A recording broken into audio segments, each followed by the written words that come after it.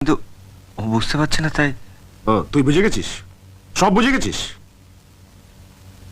তাই ডায়লগটা বলতে পারবি? পারবো স্যার। তুই এত বড় ডায়লগ, পুরো ডায়লগটা ক্যামেরার সামনে বলতে পারবি? হ্যাঁ পারবো, কিন্তু উনি যদি অসন্তুষ্ট হন। তুই বলতে পারবি কিনা সেটা বল। পারবো স্যার। ওকে, চালায়।